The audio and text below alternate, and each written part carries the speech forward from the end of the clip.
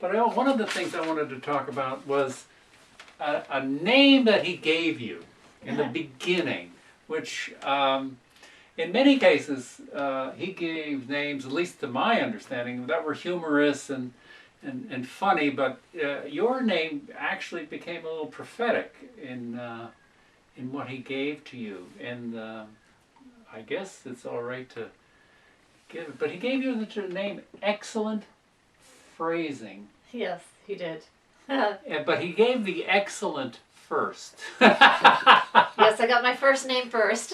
And they all and because one of the devotees asked, "Well, Meg doesn't have a name," and he said, "Excellent," and everybody went, "Ooh." Yeah, except for me. And then came Phrasing. Yeah. So, could you talk a little bit about that? Oh, well, there's a lot of things to be said about that name and how it changed my life and how it became a form of spiritual help to me at many points that were really important. And I've talked about some of them in the book. I think the strongest thing about that name, because he gave it to me in our very first personal meeting. I had never spoken to him or written to him or made any kind of communication to him whatsoever. I have been in silent sitting occasions with him with hundreds of other people, but this was my first introduction to him. And so before I've said a word to him, he's introduced to me as Meg and asked to give me a new name. And he says excellent.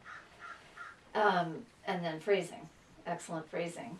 And at the time I had the feelings that I had about the name. Which she talks about. Which I talk about in there. But over the years, as my work and service to him became focused in editorial work on his publications and writing introductions and writing magazine articles and giving lectures and teaching courses and traveling around the world speaking about him, and I realized that it was a prophecy, or he'd read my forehead and knew me better than I knew myself.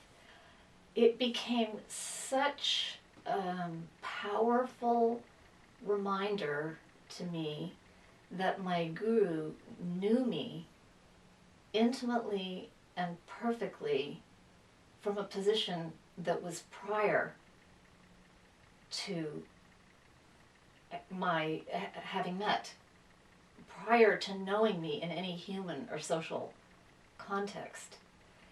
And it has become such a powerful bond to him. The understanding of his nature and the nature of the guru-devotee relationship that he communicated with those two words, and the kind of lifeline that's been for me for years since. At the time it just seemed like a fun, thing in the moment, and I didn't know. I had no way of knowing. It took decades to really understand, oh my God, look what he was showing me in the first moment that we met. As you said, it's all there in the first moment, even in the sitting, and just the multi-levels of that, what incarnation is and what life is. It's just an enormous, but you definitely point out, and you go probably 3/4 of the book, you return to the bookends of Excellent Phrasing. You kind of encapsulate it, and it shows itself, the genius and also the incredible psychic nature of the relationship. I mean, on an instant. Yeah.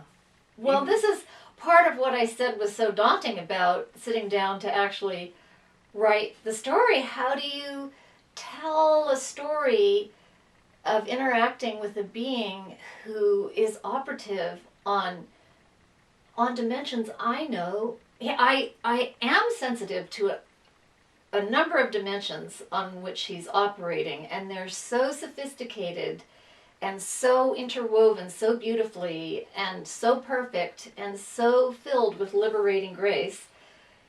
And I extrapolate from that into knowing that there's all kind of work he's doing that I don't have the radar sensitive enough to pick up on. And so any account that I'm going to give has that flaw built into it. And it took a long time to overcome my sense that I could never do him justice. And I finally had to just accept, well, okay, my account is going to be flawed and it's not going to be perfect, but it's better than no account at all. But I just want to share with you from a reader's point of view, because that's implied or implicit in the reader. Oh, she thinks this is the only story. But I want to tell you, for readers, the last page in the book completely puts that into perspective. It does, doesn't it? Does. Yeah. I don't know he gave where me he gave me a lot of help. But we're not going to blow the punchline. No, we wouldn't blow that. But I want to tell you, did you hold that for a while? Did you know where you were going with that last page? For a long time. I was working on the book it took me 6 years to write the book. So I didn't have that held as the last line from the beginning. But probably about halfway through. It was sweet. It was sweet because it did. If I, as a reader, because that's what I'm reading, I'm listening, and I'm thinking, she's thinking that this is the all and the be all and the end all, and she's got the right end, the right angle on this. But the way you take care of that notion, for any of the skeptics, you do very well.